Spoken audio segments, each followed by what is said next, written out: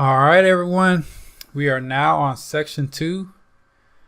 This time we're actually going to get into Pro Tools. So go ahead and start Pro Tools if you haven't already. You should come to a screen like this once your Pro Tools is finished loading. Some of you'll probably have another little window that pops up. You can go ahead and close it out and just make it blank so that everyone starts in the same place. The next thing you're going to do is you're going to go to File and go to New Session. That's going to bring up this little window right here. I'm going to go to Create a Blank Session.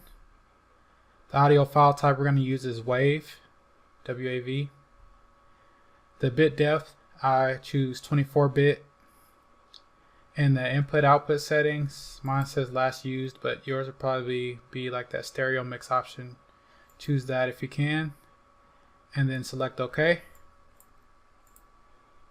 And then from there, you should be in your computer where you can basically select a folder. So basically this is going to be like the location where you save your Pro Tools sessions. So for example, you can go ahead and if you're at your desktop or wherever you are, it might be easiest if you go to your desktop and just create a new folder. So let's say you create a new folder. You might want to call it Pro Tools. Okay.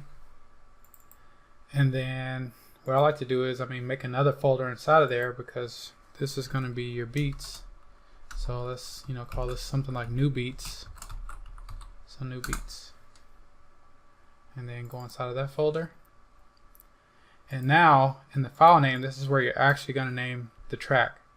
Now since you don't know what you want to name the beat yet, it can be difficult to name the track before you even have it. So what I do is I use the first two initials of my name, so stainless steel, I'll put SS and then just put 1 and just go with that because I don't know what I want to name the track yet, but we need to put something in there to get this session started. So I'm gonna put SS1 and this just push save.